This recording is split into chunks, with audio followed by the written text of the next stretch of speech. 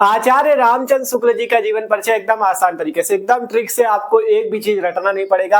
आसानी से समझ के अपनी भाषा में बना के आप लिखोगे पेपर पे और एग्जामिनर भी आपको पूरे पूरे नंबर देगा। देख सकते हो मस्त तरीके से आज देखने वाले आचार्य रामचंद्र शुक्ल जी का जीवन परिचय और एकदम आसान भाषा पे। आपसे कह रहे हैं ना कुछ भी नहीं रटना, बस पूरा वीडियो देखना। हमारी बातें अगर समझ गए तो आसानी से बिना रटे आप क्या कर सकते हो, आसानी से जीवन परिचय पेपर में लिख सकते हो और पूरे के पूरे नंबर ले सकते हो। ठीक है, तो पूरा वीडियो देखना, पूरा आपको ट्रिक से बताएंगे कैसे जीवन परिचय को एकदम आसान भाषा पे आपको लिखना है बिना रटे। देख सकते हो आचार्य रामचंद्र शुक्ल जी का जीवन परिचय, और आपको पता है कितना ज्यादा इंपॉर्टेंट जीवन परिचय पेपर में हर साल आता है। ठीक है, तो पूरा वीडियो देखना बहुत आसान है। ठीक है, तो वीडियो को शुरू करते हैं। और उससे पहले जो लोग नए हो चैनल पे सब्सक्राइब कर लो, क्योंकि आपके लिए मेहनत कर रहे हैं तो आपको भी सपोर्ट करना है। ठीक है, तो जल्दी से चैनल को सब्सक्राइब कर लो।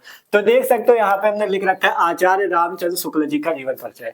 देखो एक चीज, एक बात और याद रखना है आपको कि बोर्ड एग्जाम में जब आपको जीवन परिचय लिखना है एकदम जैसे बताने वाले ऐसे ही लिखना, तो आपको पूरे पूरे एग्जाम में नंबर मिलेंगे। ठीक है, क्योंकि मेन तरीका लिखने का होता है, अगर अच्छे से लिखोगे एग्जामिनर को कॉपी अच्छी लगेगी तो तुरंत आपको पूरे नंबर वो देगा। ठीक है, तो शुरू करते हैं। देखो सबसे पहले जैसे आचार्य रामचंद्र शुक्ल जी का जीवन परिचय, तो उसमें कुछ बातें आपको समझनी, जैसे कौन सी मेन बातें समझनी और सब बना के लिखना। ठीक है, देखो मेन बातें कौन सी, जैसे जन्म कब उनका हुआ था, मृत्यु कब हुई थी, जन्म स्थान क्या है, उनके माता पिता का नाम याद रख लो और उनकी रचनाएं। बस इतने के बाद एकदम आसान है, कुछ भी नहीं है। ठीक है, तो देखो मेन चीजें तो आपको पढ़नी ही पड़ेंगी। देखो जैसे आचार्य रामचंद्र शुक्ल जी का जीवन परिचय के लिए सबसे पहले आचार्य रामचंद्र शुक्ल का जन्म याद रखो किस सन पे हुआ था। जन्म इनका हुआ था सन 1884 ईस्वी में। ठीक है, 1884 ईस्वी में इनका जन्म हुआ था। मृत्यु की बात करें, इनकी मृत्यु जो हुई थी सन 1941 ईस्वी में हुई थी। इनका जन्म किस स्थान पे हुआ था, तो इनका बस्ती जिला के अगोना नामक गांव में या अगोना नामक ग्राम में हुआ था। ठीक है, इनके पिताजी का नाम क्या है, इनके पिताजी का नाम था चंद्रबली शुक्ल। ठीक है, पिताजी का नाम चंद्रबली शुक्ल, माता जी का क्या नाम था, विभासी देवी। और इनकी कुछ प्रमुख रचनाएं जैसे रश्मिवांसा, चिंतामणि आदि। और ये चीज आपको मेन चीजें इसी टाइप से लिखना है। देखो एग्जामिनर जब कॉपी चेक करेगा ना बोर्ड एग्जाम में, उसके पास इतना समय नहीं रहता कि एक एक चीज पढ़ेगा, वो मेन चीज देखता है। तो इसलिए सबसे पहले किसी भी लेखक या कवि का जीवन परिचय लिखना, सबसे पहले कोष्टक में उनकी मेन बातें लिखना है आपको। जन्म, मृत्यु, जन्म स्थान, माता पिता का नाम पता तो वो लिख दो और कुछ एक दो रचनाएं यहाँ पे लिख देना है। और नीचे भी रचनाएं लिखी जाएंगी, कोष्टक पे एक दो लिख देना है, जिससे एग्जामिनर जब कॉपी चेक करेगा वो मेन चीज देखेगा, जन्म ये सन है, मृत्यु ये सन, तुरंत वो जान जाएगा इतना सही है तो पूरा आपने सही लिख रखा है। तो मेन चीज ये है, ये जरूर सही होना चाहिए। ठीक है, अगर ये सही एग्जामिनर फुल पे फुल नंबर देगा। तो सबसे पहले आपको मेन चीजें यहाँ पे लिख लेनी, जन्म, मृत्यु, जन्म स्थान, पिता का नाम, माता का नाम और रचनाएं।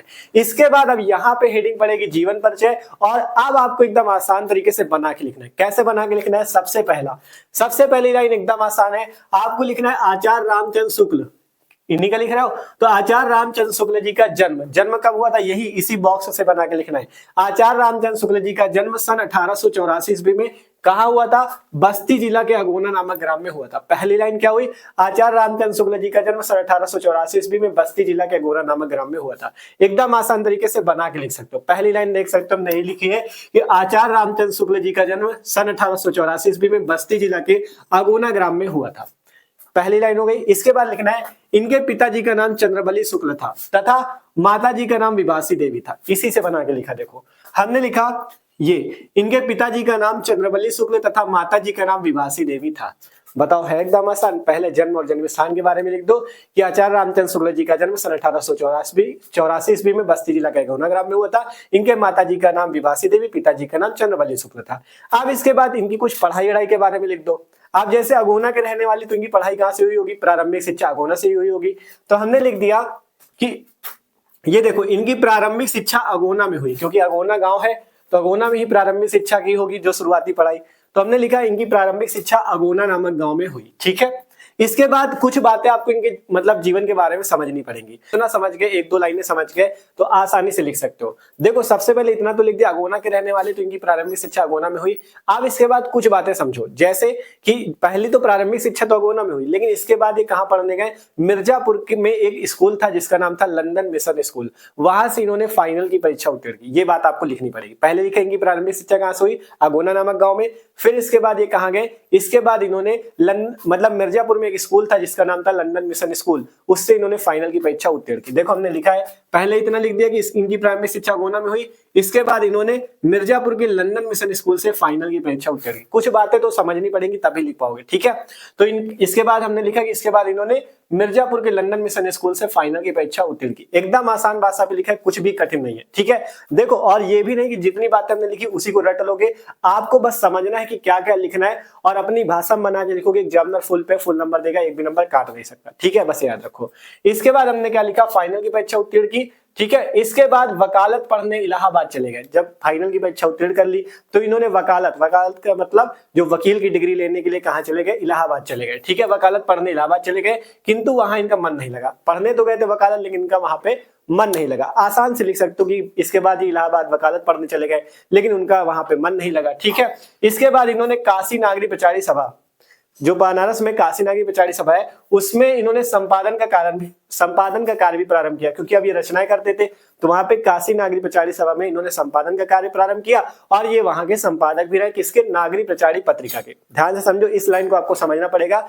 क्या लिखा हमने, पहले तो ये कहाँ चले गए, पहले इलाहाबाद चले गए वकालत पढ़ने के लिए, लेकिन वहां पे इनका मन नहीं लगा। इसके बाद एक काशी नागरी प्रचारी सभा में इन्होंने संपादन का कार्य आरंभ किया। संपादन का मतलब रचनाएं संपादित करते थे। इसके बाद एक पत्रिका थी, काशी नागरी प्रचारी जो सभा थी, उसमें एक पत्रिका थी जिसका नाम था नागरी प्रचारी पत्रिका, उसके ये संपादक भी रहे, तो हमने ये लिखा है। इसके बाद इन्होंने काशी नागरी प्रचारी सभा में संपादन का कार्य भी प्रारंभ किया, तथा ये नागरी प्रचारी सभा में एक पत्रिका छपती थी, नागरी प्रचारी पत्रिका, उसके ये संपादक भी रहे।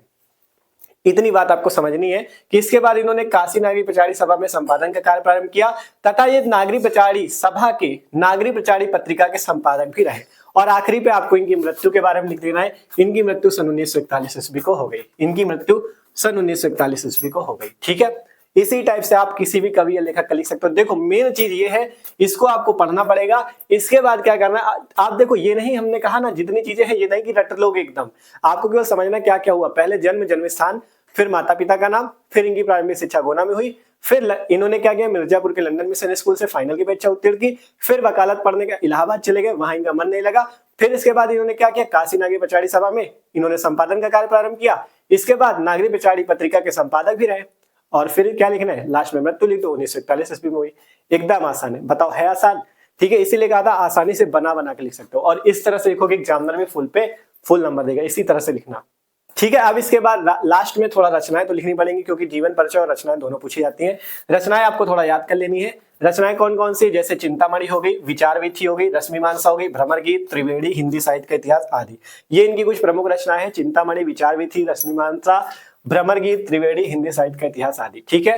तो इस टाइप से रामचंद्र शुक्ल जी का पूरा जीवन परिचय कंप्लीट होता है। पूरा इस तरह से अगर आप बोर्ड एग्जाम कॉपी पे लिख के आओगे तो एग्जामिनर फुल पे फुल नंबर देगा, ठीक है। और आसानी से अपनी भाषा में बना बना के लिख सकते हो, ठीक है। तो कमेंट करके सबको बताना है कि ये आपको जीवन परिचय आसानी से समझ में आया कि नहीं, आपको एकदम आसान लगा कि नहीं, ठीक है। स्कूल में आपको बहुत कठिन लिखाया होगा, लेकिन यहाँ पे एकदम आसान भाषा में हमने आपको पूरा बताया, ठीक है। तो वीडियो अच्छा लगा हो तो लाइक कर लो, और इस वीडियो को अपने दोस्तों के साथ भी ज्यादा से ज्यादा शेयर करो, जिससे वो लोग भी इसको अच्छे से तैयार कर ले बिना रटे, ठीक है। तो आशा करते हैं आपको समझ में होगा। तो कमेंट करके जरूर बताना कैसा वीडियो लगा, और चैनल को भी सब्सक्राइब जल्दी से कर लो, और वीडियो को भी लाइक कर लो। मिलते हैं अगले वीडियो पे, इसे नोट कर लो। आगे के जो कवि और लेखक के जीवन परिचय उनको भी हम आपको करा देंगे, इसीलिए कह रहे हैं सब्सक्राइब कर लो, आगे के वीडियो भी आपको मिलते रहेंगे, ठीक है। नोट कर लो इसे।